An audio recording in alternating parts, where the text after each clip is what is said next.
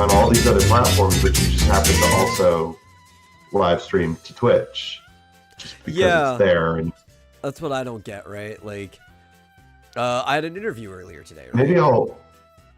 What's that?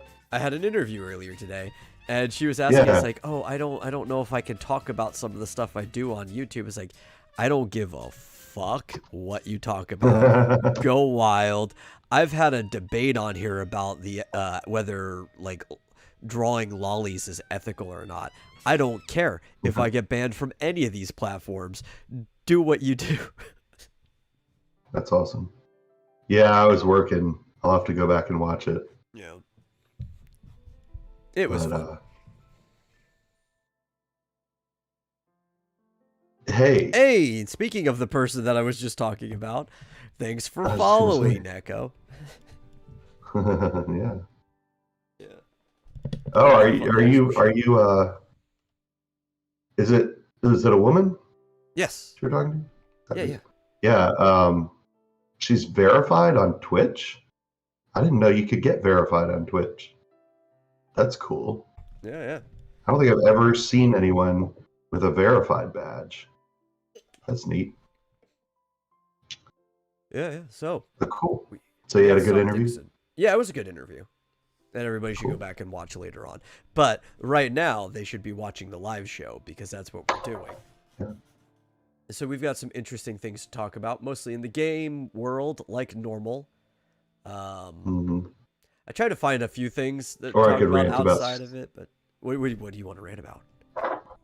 I was going to say, or I could rant about Scott Adams. No. I don't know how entertaining that would be. But you want to hear something that might be promising, but also I have absolutely no hope in it whatsoever? Sure. Okay, so remember there at one point in time was like a golden age in PlayStation development where a lot of the franchises that have been ruined now were kind of like starting off, like Call of Duty when it was the experimental shooter in the genre before it became the standard, and all these different games. A lot of the former developers of companies are no longer with the companies making those games. They've kind of split off, and that's probably one of the reasons why those games don't look the same anymore. Well, now there's a new studio being started up, a new AAA studio whose name is, I have it right here, That's No Moon, which is clearly a Star Wars reference. Okay. Anybody would pick that up. It has developers that used to work at studios like Infinity Ward, Naughty Dog, Sony's Santa Monica studio, Bungie, and a few other ones that have all kind of just like split from their stuff and joined this collective to make games. Which on the surface sounds promising because this sounds like developers who previously weren't cool with the direction things were going, right? On paper, this sounds like a good idea. I don't have any faith in it, though. It's like Image Studio. Yes, it is. This is actually exactly why I don't have faith in it. Because what was the big problem with Image? They started out doing some cool things, and then they immediately went in the same direction that they split off from. Yeah.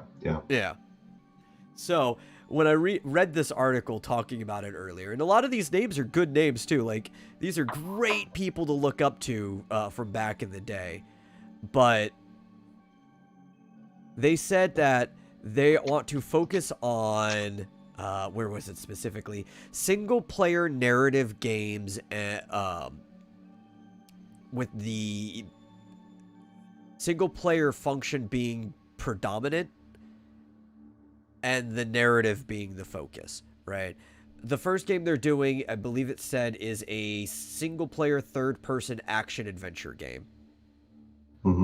Which sounds fun, because, like, God of War, which is one of the studios involved in here, like one of the older designers from God of War, is a single-player third-person action-adventure game that is very narratively driven. The thing that worries about me is the way more and more they talk about this, though, is we believe in the importance of single-player narrative games and that gameplay and story are not two distinct ideas, but extensions of each other, blah, blah, blah.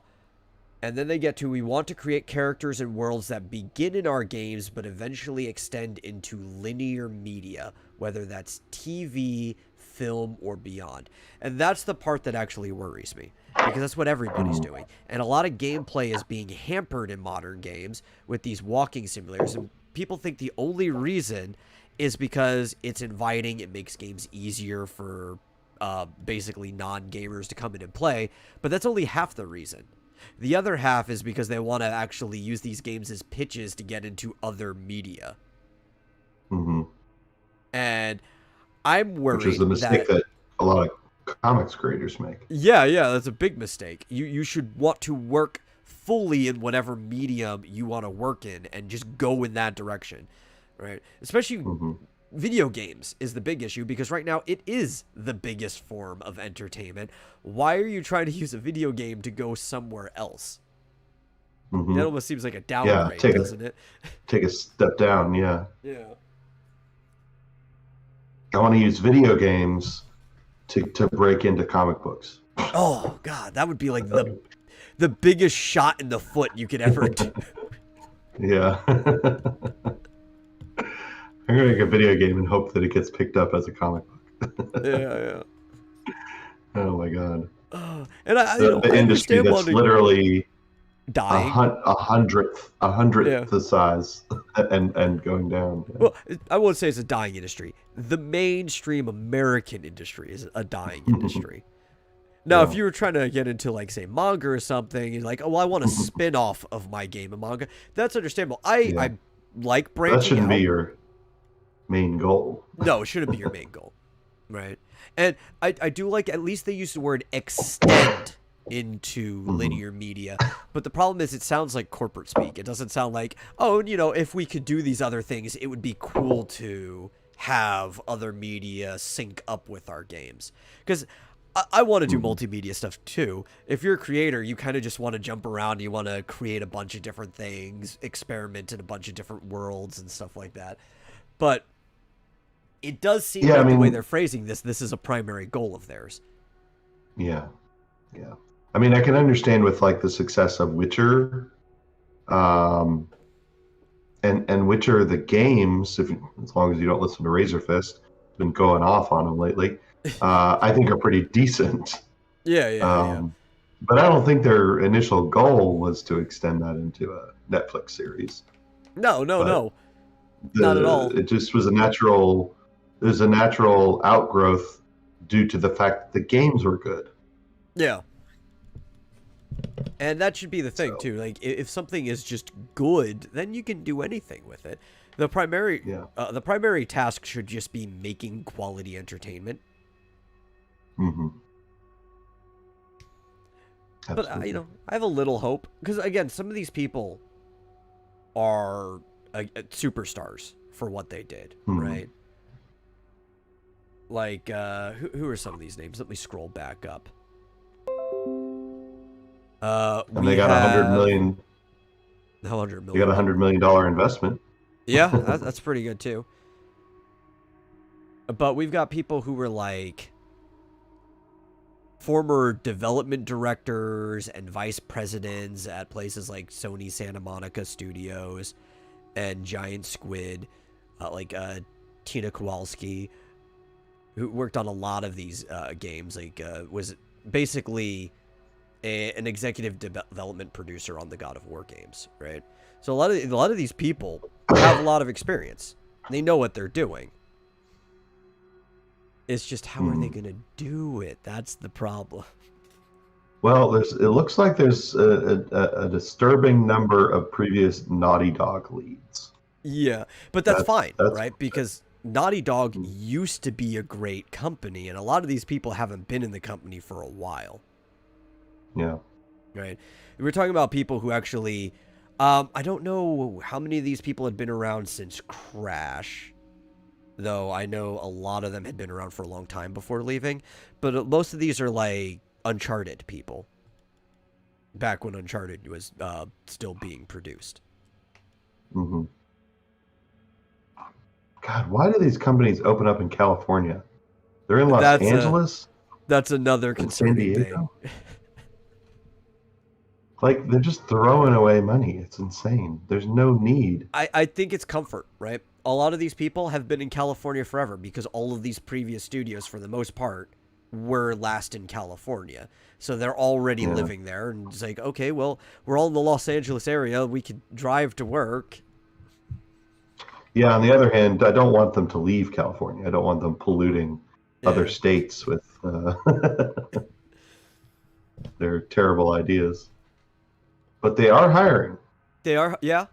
And like again, it looks crazy. promising. I'm a little skeptical because of the way they're wording things, but it could just be everybody's so used to speaking in corporate lingo that they are earnest and they are trying to make good games. If I see something that looks like Uncharted or like God of War, like the old stuff, in a trailer, I'll be sold, you know? And I don't Hmm. know what platform they'll put it on. Hopefully not Sony, because a lot of these, you know, they worked on Sony games. These were all Yeah. games that were big on Sony. Hopefully a lot of these people are disaffected with Sony. Maybe they'll go cross-platform. I could play them on PC or something else. Hmm. I don't think anything they make that's a new property will probably be enough to get me to buy a PS5. But if it's promising, I will check it out because I want to see more high-level competition from people who know what they're doing that are sick of the shit that AAA's been doing. Hmm. Well, it says they're looking for diverse candidates across a wide array of experience levels and disciplines. Yeah, and the problem is at this point, I don't know what they mean by that because it's such corporate speak that I can only assume the worst things when you read a phrase like that. Yeah, yeah. I would hope they mean exactly what they said, diverse in terms of Literal. experience Yeah. and you know. Like we have a lot of different types of jobs we need to fill. We need character design, we need programming, we need like this is what we mean by Yeah. that, but All I right, I producers. I don't even know what does a producer do at a game studio. yeah, because it's Not very sure. different than say like a producer of a movie who's in charge of Yeah, finding funding. A yeah. game Oh, producer is it's like an executive producer. It's almost like a department director stuff. They may not be the director of the game, but the producer has to oversee everything that's going on, and yeah. it's almost a directorial role. They have to kind of like make sure everybody's doing what they're supposed to be doing. A lot of times, when you're the producer, you are the middleman in between the development team and the headquarters and stuff. Hmm. Grums, we talked about this before. He was so invested in the whole Diablo 2 thing because he was the producer on Diablo 2. He was the one that talked to Blizzard North, like the Washington department, and the Hmm. actual HQ when they were developing. He was the middleman that had to communicate all that stuff. That's usually the Yeah. things that like producer roles do. Hmm. It's funny that all the executives except for talent acquisition are men. You know, Oh wait, nope. They have a female chief strategy officer, yeah, whatever that Tina is. Kowalski. That was the one I was talking about. Who she worked on God of War and stuff like that. Mhm. And they're all white men. Well, they're all experienced in the industry, so I know. been around for a while. I'm not complaining. I'm just saying it's just funny that I don't know. The way I things agree with are you these that days. yeah. It's just funny. That's all I'll say about That's all you got to say. it.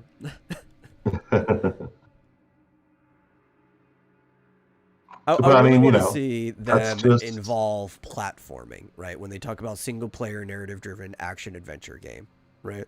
mhm, I want to see platforming come back in these games. yeah. Because one of the biggest complaints I had about the modern God of War game that came out a couple of years ago, I think it was like 2018 or whatever.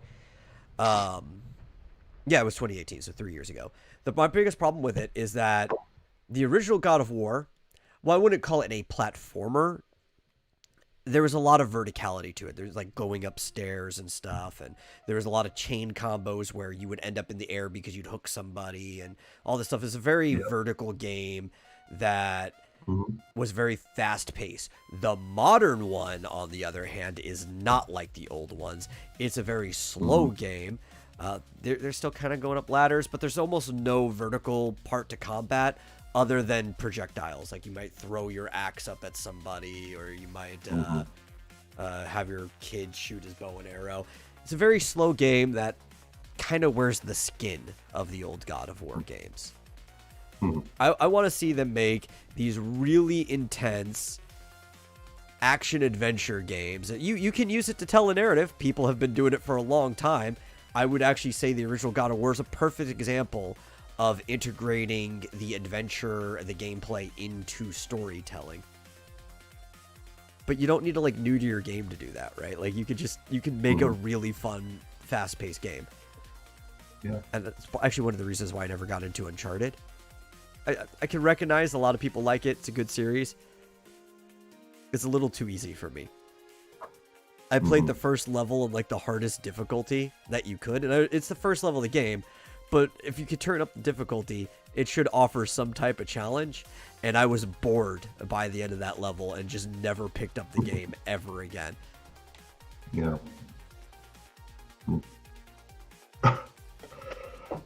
So they're not really, they don't have anything announced as far as games or what they're working on. Just a vision. That's all it is. It just formed. Yeah. I'm sure they have ideas. Not going to announce anything. And they're not the first studio to do this, right? Like a lot of former leads from different like AAA studios are setting down roots in other places. Recently, we saw the former director of Mass Effect, Casey Hudson, started Humanoid, which is a new studio. But this one's kind of different because it's a bunch of people from various studios. And specifically, you look at the companies,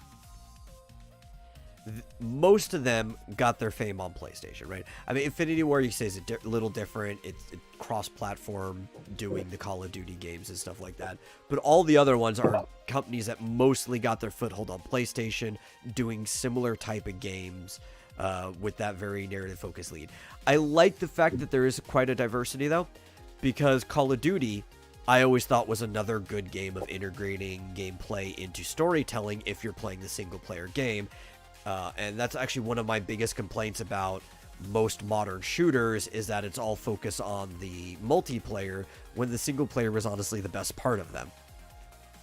Yeah. So if they could go back to that, I will have no complaints about what this studio does. Yeah. I'm sure they'll come up with something spectacular, but it feels like we're kind of past the days of like new AAA studios becoming truly like outstanding, like Blizzard. Yeah. You know, like I don't think there's going to be another Blizzard, you know, pop up. I think it feels like, okay, it's a bunch of execs from AAA studios. Like it feels like it's going to be more of the same. That's the real question. All I see are executives, right? And a lot of these people did have a lot of actual hands-on role with the games, because I think 2006 or 7 was about the time where game executives started getting hired from the outside as actual executives. Before that, you're usually promoted from the inside. A lot of them actually were developers and stuff that just became executives. Yeah. And some of these people fit that bill, but it is still all execs. Like you don't see them bringing in anybody for like lead development role or anything like that. Those are the jobs that they are hiring for. Yeah, I have more faith in a company like Mark Kern's company with I don't know what the name of. I know the game is called Ember, and I have a lot more faith in that game and that in his company, just because it's led by a AAA guy, but he built a team up. He didn't have like this bloated, top-loaded, set of executives at the top that just potentially making games by committee. It just doesn't give me good vibes. Yeah, not at all. Like, and I think you could get a big power player. It could happen, like a Blizzard or a THQ or something, could pop up. I don't think it's likely. More likely with a model like Mark Kearns, I think, where it's like one or two guys that really know what they're doing and hire a great team. Yeah. It's another company I see could do something like this. They squandered it though, because their first game kind of sucked.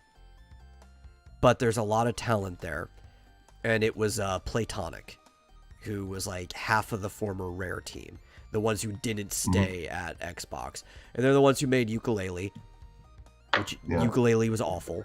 It was the problem was it was trying too much to be Banjo-Kazooie, which is what they promised. Yeah. But what people didn't want a game that was exactly Banjo-Kazooie, but with bigger levels that took forever to traverse. They wanted a game that was like, if Banjo-Kazooie had actually been improving the entire time with all of the new technology and updates that games have been getting. But people really like the sequel to it, the side-scroller one. I can't remember the name of it. So I mean, I think there's a shot there. They just need to improve. Yeah. Well, you know what my first interaction with Playtonic was that their social media manager blocked me on Twitter. Ugh. Like, I'd never had any contact with them. I was like, oh, I think I don't know what it was, but I was looking up Playtonic, and I looked up their official accounts and all that stuff, and I was like, already blocked. Already. Like, what the hell? Yeah. And I don't do this anymore because I don't care anymore. Yeah. But at the time, I made a tweet about it. I was like, why the hell am I blocked? And I took a screenshot of the person's account. It's like, this is the Playtonic. Like, I'm interested in this. Why the hell am I blocked? And she went off on me. Like, I don't know how she found my tweet about it. But like, oh, I tweeted this. It was toxic, blah, blah, blah, blah, blah. I'm like, the fuck? Like, okay, I'm less interested in this company now. Yeah. Good job. Here's my problem is social media managers. I don't even know if that person's still working there, so, you know. I think social media managers are the worst thing that's ever happened to any company, right? Yeah. And I'm not saying that you shouldn't have somebody managing your social media. I'm talking about specifically the people that get hired for social media management, right? Yeah. Because right now, I technically have a small company. It's not registered as an LLC yet, but I also don't have employees, so I don't really need to. There's no benefit for me to do that at the very moment. Mm-hmm. But I'm the one who manages my social media for my publication, as expected. So if anybody has any problem, they're talking to me directly. With a social media manager, a lot of times they will put like their actual, their personal profile in the description so you know who's running the page or anything. But they're almost like this unaccountable person that can hide behind the company that they're managing the site for. And the company has to get punished for whatever the manager does. Yeah. Well, it was like their personal account, but at the same time, it had Playtonic shit all over it. Yeah. And instead, media manager, Playtonic, blah, blah, blah. Right. So, and she went off and said, well, this is my personal account. I can block whoever I want, blah, blah, blah, blah. I'm like, no, you chose to have your account represent the company. Like, so the company has blocked. Would be best is talk about a producer role. If the social media account was handled by a producer, or maybe even a producer's assistant, but they do things on behalf of the producer. They're not there just doing social media stuff all day because that's their sole job. No. Because I feel like these social media managers don't have the proper investment in the company that the actual people working on any of the projects do. Yeah.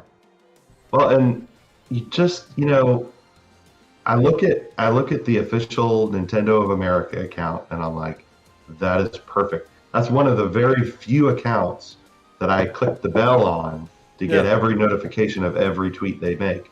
And every tweet they make has to do with the games and the company and fun stuff. They tweet about the the treehouse, blog their vlog things, and it's like that's how a company Well, you know who social runs their media account, right? should be done.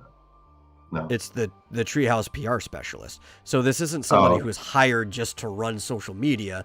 This is their actual public relations person runs the account, which is another alternative I am fine with, because this person has to handle public relations for everything. They're in sync with the company.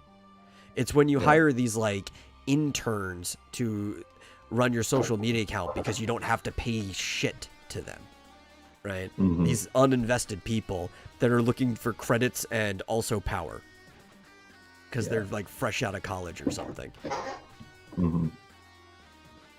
Yeah, exactly. Don't have some, twit. But I understand too, smaller companies, maybe they can't afford a dedicated PR specialist like a big company like Nintendo can.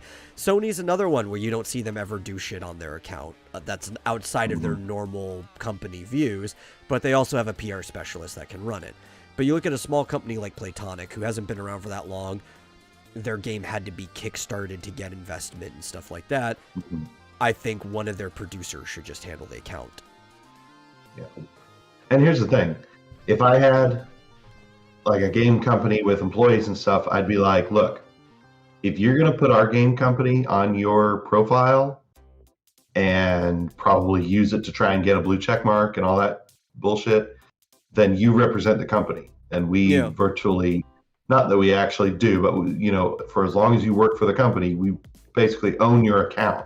Like if you do something, not that we own it, but well, I mean, if you're letting the thing you're working on represent you, you have to represent it, right? Like I don't mind people who like in their tag, they put that, oh, I work at this place, but like you look at their banner and everything, and it's just like personal shit. You don't see the game they're working on or what magazine they work at or anything, and they'll even put like views my own, not representative of the company.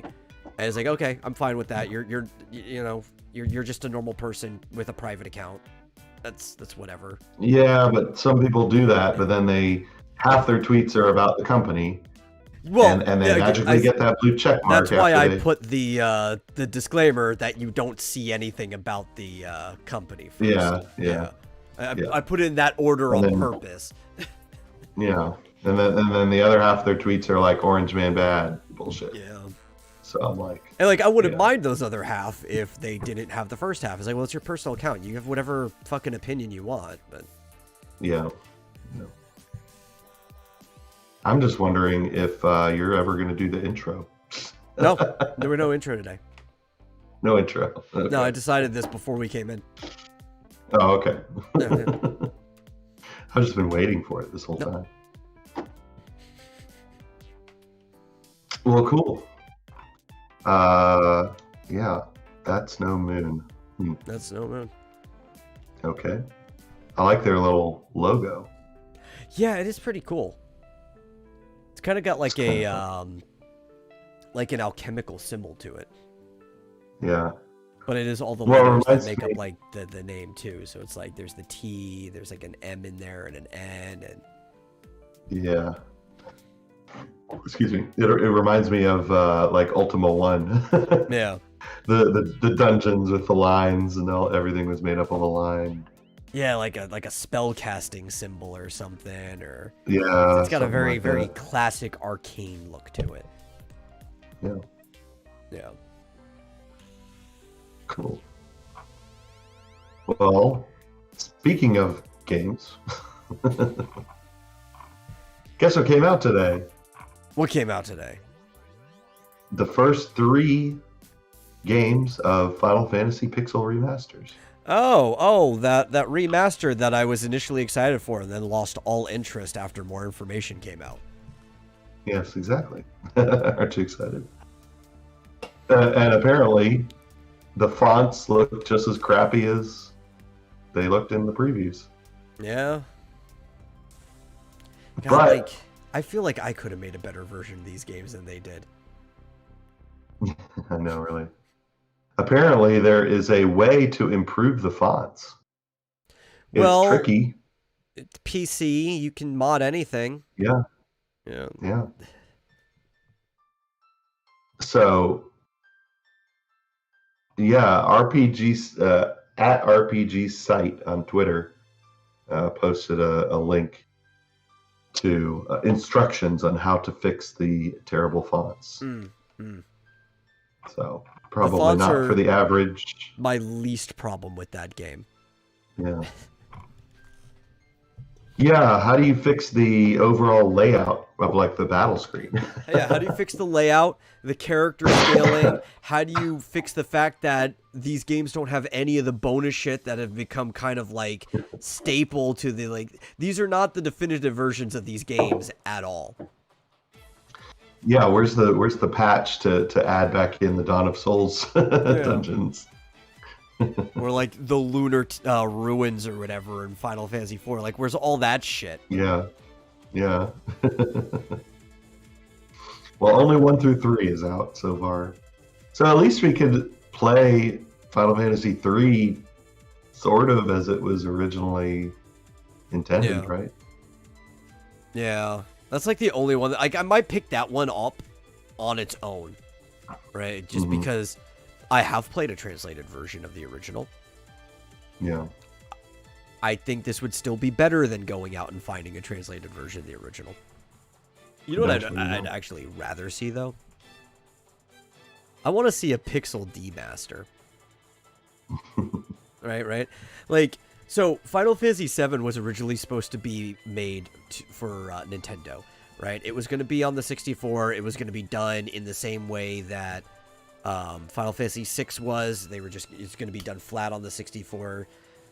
Perfectly could do that. Yeah. Just everybody decided they had access to polygons. They were going to use polygons. Hmm.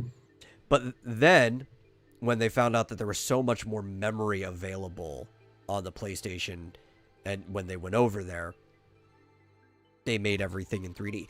I would like to see somebody recreate, which there was a fan project trying to do this, but I like Square themselves recreate what Final Fantasy VII was originally supposed to look like with all the same shit that's in the game for the most part. You can even Yeah. still have a motorcycle thing. It could just be like side scroll Battletoads way or whatever. I don't care. Yeah. You can still put the stupid mini games in there. Whatever. I just want to see like a pixel demake of these games. Yeah, well, I've seen like those videos by what is it called, Dorkly. Yeah. They've done videos of like essentially what you're talking about, Yeah. like 16-bit Final Fantasy VII characters and stuff like that. Yeah. It's Keep like, going. oh, that's cool. I'll actually play through Final Fantasy 13 again if you do a pixel demake of that story, you know? Yeah, there you go. I thought you were gonna say like Final Fantasy One, go back to the original NES look with the black background. I'm fine with that And- too. Don't threaten me with a good time. Yeah, but include like the Yeah. Dawn of Souls dungeons and stuff like that. Yeah, or like let's put Final Fantasy 15 in the Final Fantasy 1 style somehow. There you go. Yeah, Yeah. I'd play it. Awesome. See him pushing a car on an 8-bit map. Yeah, be ridiculous. If only. Maybe Yeah. if we win the lottery or something, we can pitch that to Square Enix. You'd be like, I'll front all the Like- money. Trust Yeah, me, yeah. this will go gangbusters, as they say. Mhm. Yeah. Can we do a remake of Final Fantasy 13 and 15, but all in 16-bit pixels? That'd be awesome. It's like, Hell, that dude. means we have to turn 15 into a turn-based game. It's like, oh, now you're thinking like I am. Yes. Like that Chad meme guy saying yes. Yes. Yes. I agree to your terms. You know what's funny is that Dragon Quest 11, you can switch to 16-bit pixel mode. Yeah. It's not like they can't Did do you know it. that? Yeah. Yeah. You can totally turn off the 3D graphics. Totally. We don't even have to go all the way back. The pixel demake can just be like what they're doing with Dragon Quest 3. which for them is actually an upgrade to it from where they were. But Yeah. like we could go backwards. Final Fantasy 15 in Octopath Traveler form, I'm fine with that. You could still push a car pretty easy in that form. Oh my god, that would be awesome. They need to do all the final. They needed to do all these Final Fantasies in Octopath. Yeah. Like we were so excited, like, oh, look at the way Dragon Quest 3 looks. Hopefully they'll do that with frickin' Final Fantasy, like the old stuff, and then immediately afterwards, the Final Fantasy pixel remakes. It's like, well, I'm still kind of excited. Wait, what are you doing to it? Yeah, wait a minute. Well, you know me. I'm probably gonna pick them up anyway. Probably. I won't. I don't know. Maybe if they're on sale. I'll wait till they're on sale. I'll pick them up. Well, now wait. So I think the only way to get a discount on them at the basically moment is to buy the book. Buy all of them, like all 6. At the moment, that's the only way you get a discount. But knowing Actually, Square, why do I not even have that in my wish list? I don't know. But knowing Square, after the last one comes out, that main price is not going to last long anyway. Because Square drops their stuff like crazy because they can't sell things. Sometimes. Yeah.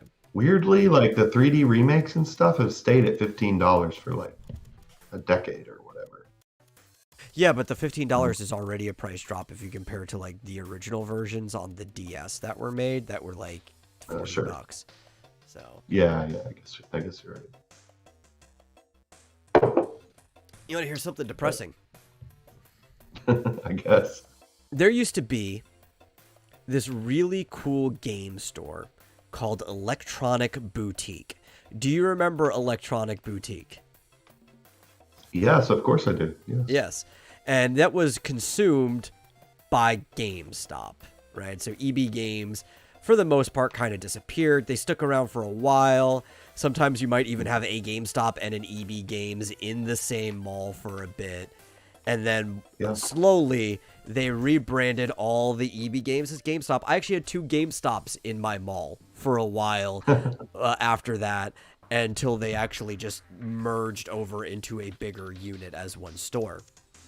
Yeah. But EB Games has still been the branding for it up in Canada until now. By the end of this year, all EB Games in Canada are going to be rebranded as GameStop. We're actually going to finally see the death of Electronic Boutique as a brand. Oh, man. And honestly, before the merger, I thought Electronic Boutique was way better than GameStop. Yeah, I was, but I mean, was it after they got bought? I mean, what difference does a name make? Does it make any difference? It makes difference, I guess, to how people perceive it. It basically just became identical to GameStop after the merger. So, yeah. Hey, Dark Sage, welcome. You know, there's one game coming out that I have genuine concern with. What is said game? Can't wait to find out. Yeah. Well, while we're waiting for that, have you seen, not to shift gears or anything, but have you seen the new Ghostbusters trailer? No, I have not. I've seen that it's been up. Oh. I haven't been watching a lot of stuff. I've been working on stuff. Well, and I'm cautiously optimistic. Yeah, I'm not all that interested in the new Ghostbusters anyway. It looks like it can be a good movie, but it's like I don't care about the plot. That's the problem. I don't know what the plot is. The whole plot of like, I think they're supposed to be Egon's grandchildren, right? Yeah. They get his place. They're slowly trying to figure out why he was researching this area, basically, because the ghosts wake up from underneath. Obviously, there's some reason he has a place here in this town. I think there's like a mine shaft or something underground related to it. There's some like earthquake wakes everything up, and now they have to deal with it, and they're like the next generation of Ghostbusters. I don't know what the the ending is or like what the twist, but I can tell what the core plot of the movie is just from the first trailer. Mm-hmm. Well, from the new trailer, it appears it has something to do with Gozer. Mm-hmm. Apparently, Gozer is back. There are the dogs, whatever you call them. You know, the dog demon thingies are in it. And there's a funny scene where Paul Rudd is running out of a Walmart being chased by a dog, by one of those things. And yeah, I mean, they're bringing back Bill Murray, Dan Aykroyd, Janine, whatever her name was, and Ernie Hudson. They're all going to be in it, reprising their roles. I don't know. It looks. I know it's not saying much, but better than the 2016 one. Well, you know, that's I couldn't think of many bars lower to set. Exactly. Yeah. So I don't know that. I don't know.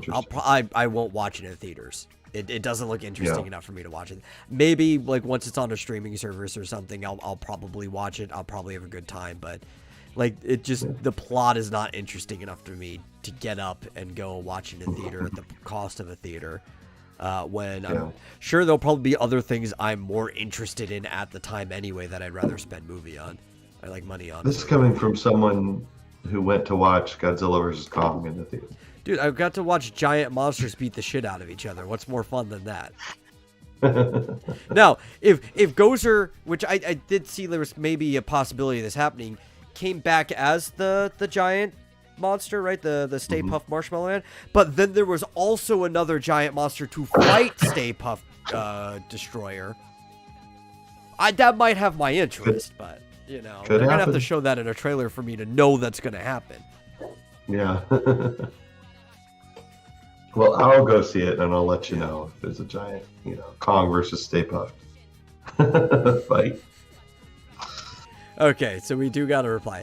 A huge Metroid fan for many years, but curious why they want to make a Metroid Prime 4 when the story of Metroid Prime is already complete, which is true, because Prime happens before most of the Metroid games. It's like in a in-between slot. That's why it's called Prime, because of the time in which it happens. Yeah. And I'm worried that they're going to bring back Metroid Prime for the sake of bringing back Metroid Prime, just the game style, right? Instead of like, because it'd be really hard to squeeze any more story in there. You could make something work. And it's Retro Studios' biggest hit, but that's not entirely a need to continue the series. I don't know. They could put it somewhere else in the timeline. They could obviously, but put it at the end of Metroid Dread or something like that. Although the problem did is say the name Prime at that point, and I think it's because more people just associate Prime with the play style than necessarily that it was a concise storyline that took place when it did. Yeah, I don't know. It's always fascinating to see how they shoehorn these things in. Now, they did say Dread was going to be the end of the main Metroid storyline. Yeah, but because Prime is technically a side story that takes place in the timeline, they could do something like a Metroid Aftershock, which is after the main storyline, and then there's just something else that Samus has to do or something like that. You know? Could be. And I'd be fine, but I would agree at that point too, is like you could still use the Prime playstyle. It's not Metroid Prime at that point, though. Or, since there's been 19 fucking years since between Fusion and Dread, it could take place. I don't know how much time in the game universe there's been between those two, but it could take place between those two. Yeah, I don't necessarily think Metroid Prime, the name, dictates, the main villain or whatever. What it dictated, though, was that it was part of a concise storyline, right? That's the big problem, because the name had to do with that like trilogy storyline, and there's also Hunters in there as well, right? So, like, the main villain, Dark Samus, I don't know. Yeah. I don't know. It's hard to say because, like, I mean, the whole name Metroid doesn't even hardly applies. Like, How many in Metroids are Metroid left in the Fusion- universe? in Metroid Fusion, is there a Metroid at all? Oh, there is. There's a Yeah. Zeta Yeah. Metroid, like at the very end. But it's like that's the only one in the whole game, and it's like, okay, I don't know. Yeah, I assume Metroid Prime is going to come back. I don't think so. Yeah. I really don't. But, well, look at this. Metroid Prime Hunters did not have Metroid Prime in it at all.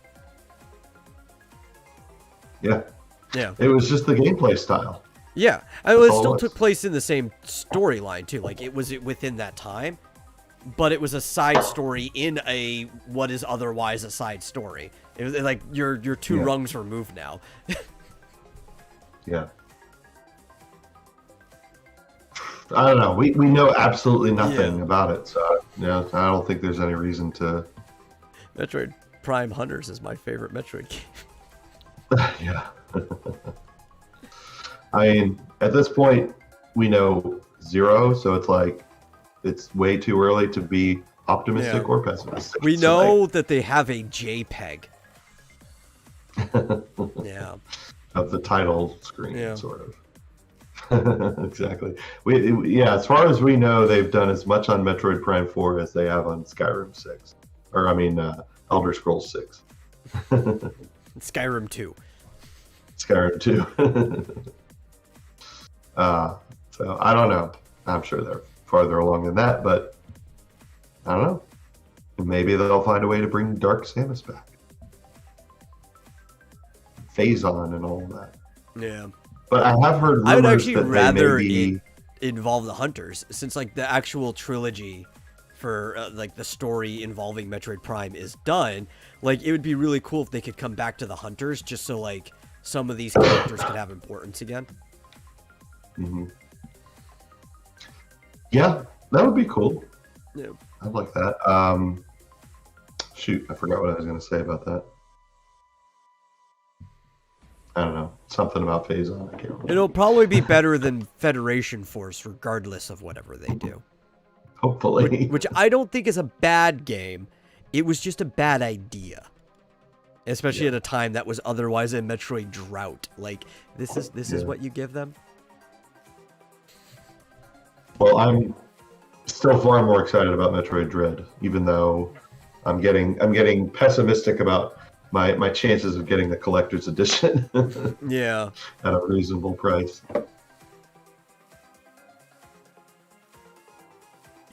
Not only is Federation Force what you give them, one of the main things that you're advertising is that you get to play soccer in power suits. Yeah. Sounds fun. For something other than Metroid. Yeah. Or even like this was a side thing in an actual fucking Metroid game starring Samus. I don't think anybody would care, right? But like, Yeah. Well, I love Samus Returns so much that it's just like I can't wait to get more of that sort of gameplay in the next one, which is only what 2-3 months away. So excited about that. Well, I have another story for you, unless you have something else. Let's see. I had a couple things, but I don't know if they're interesting. So, you can say your story. Did we talk about the Kadokawa thing? Kadokawa thing.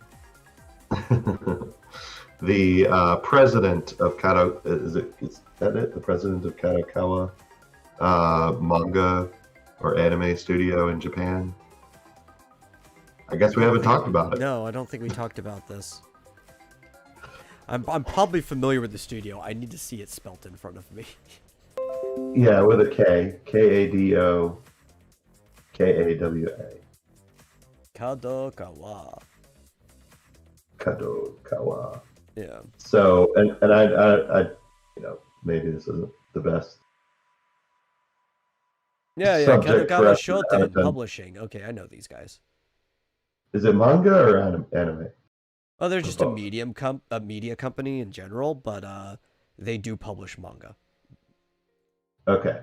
So the president gave an interview uh, last week, I guess. And this is in Japan, Mhm. where he started to talk about how they might have to do do some changes to the way women are portrayed in order to appease. He specifically said Google I and know what you're Apple. talking about. Yeah, yeah. Yeah. Who was it? I saw somebody go on a rant about this recently. Might have, Maybe. no, it might have even have been Razor Fist, I think.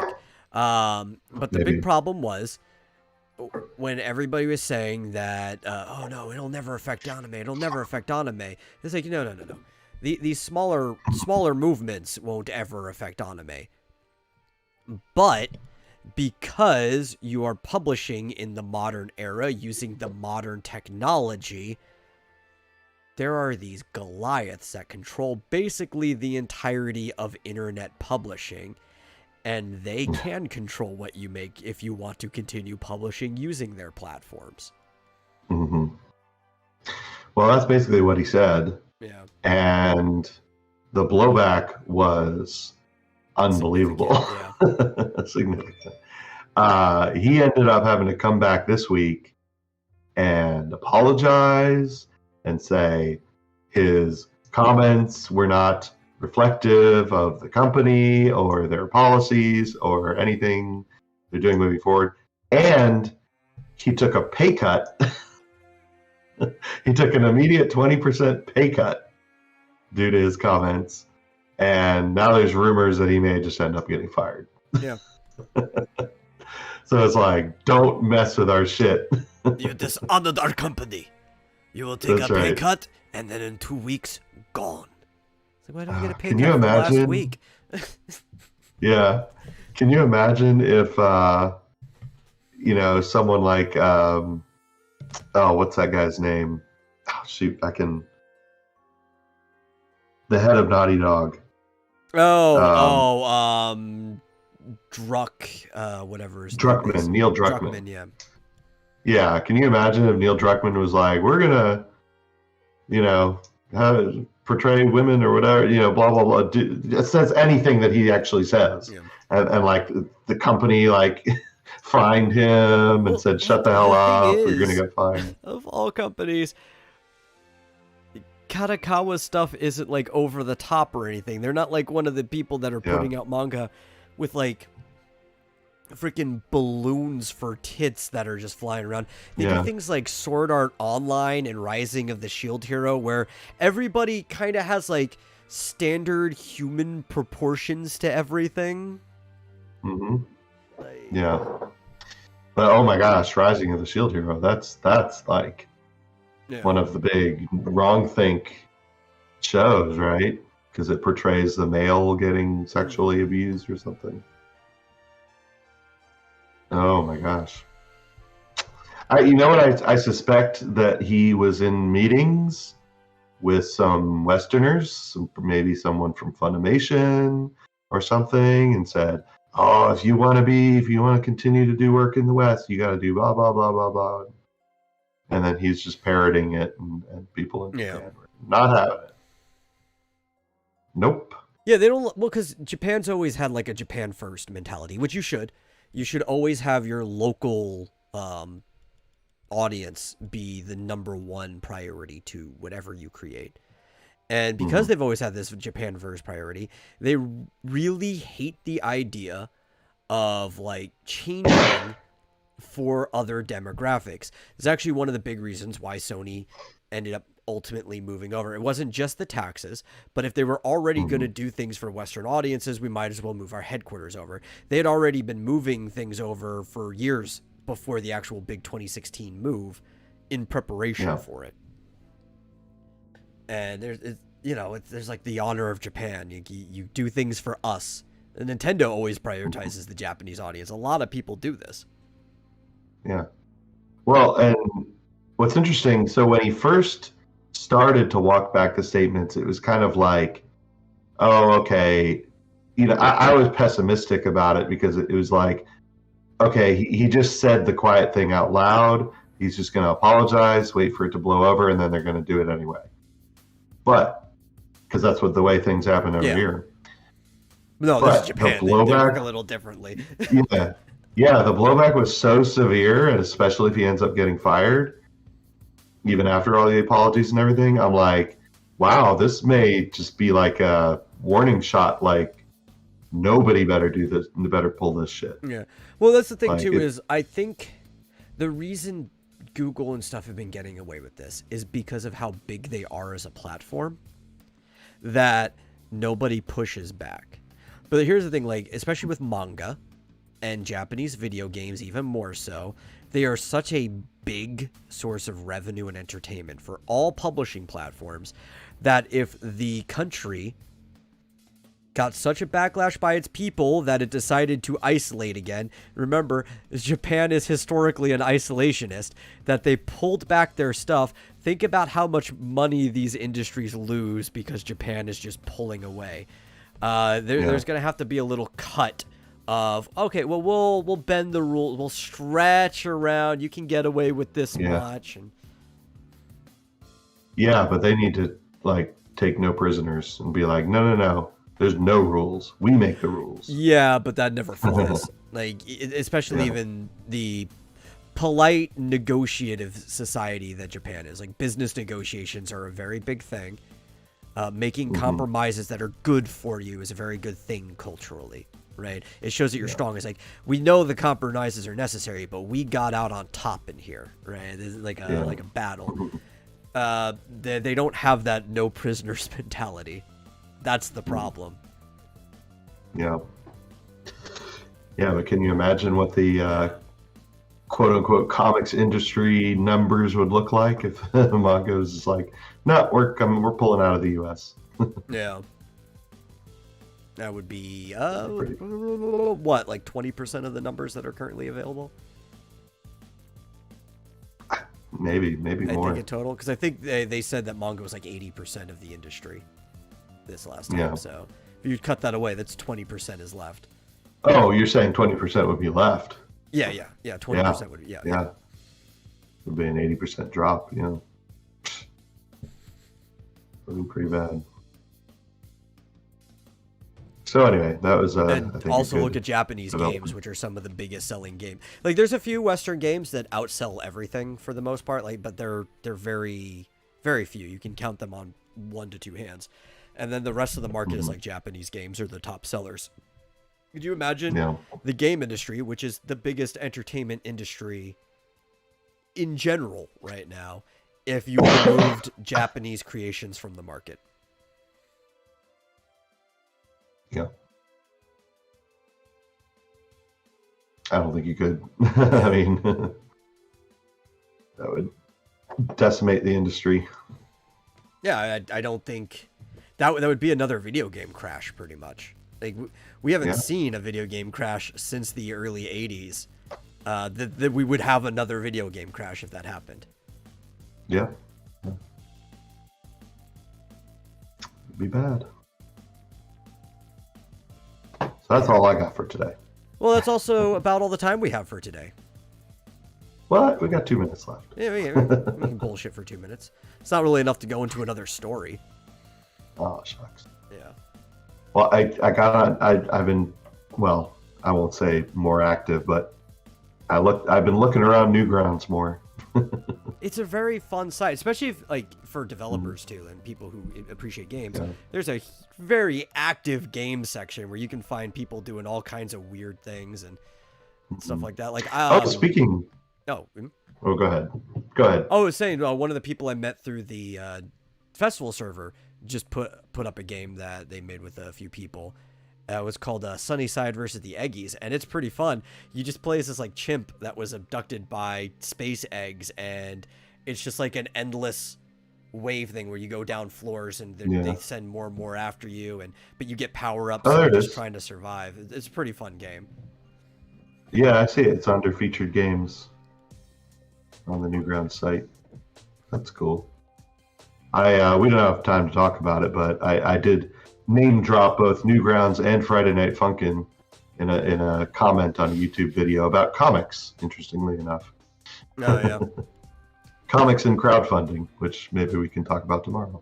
Oh yeah. As long as you remember, we could talk about anything tomorrow. I'm just hoping. Fulp said that he was going to get the programmer to update the playlists and to have them like replace the collections, which are like the series folders for the actual official series on the site, so that like everybody could have series and you could have like your own like log of like, this is the official playlist for this series that I've been making, which would be cool, especially for comic creators, because I already use playlists to keep all of my comics together so people can follow the pages. I think there's a lot of interesting news for Newgrounds going ahead. Like, there's a lot of developments because they've been seeing a lot more traffic than ever and have a lot of incentive. As long as people support, become a supporter. I'm a supporter for Newgrounds. Get the money, they'll improve the site. A financial supporter? Where do you? Yeah, I paid for a year of support. It's ad free. Neat. Yeah. Is that on their website somewhere where you can? Yeah, it's on their website to become a supporter, and it's cheap. I think it was like, I paid for it, and I thought it was worth it. I use that site so much. It's like, I run ad block anyway. I want to support you, and I don't want to see ads. So cool. We'll have to check that out. Yeah, and in the meantime, if you enjoyed the show, please share it with somebody else who might enjoy it. I know you know people. You can't be completely isolated. I mean, I don't want to have to call you a loser, but make some friends and then share the show with them. And then if you really enjoy the show, consider giving a donation to streamlabs.com/Vomitorium Live so you can fill up that little bar there and pay for our monthly hosting fees. And we'll see you guys in the next episode. Bye.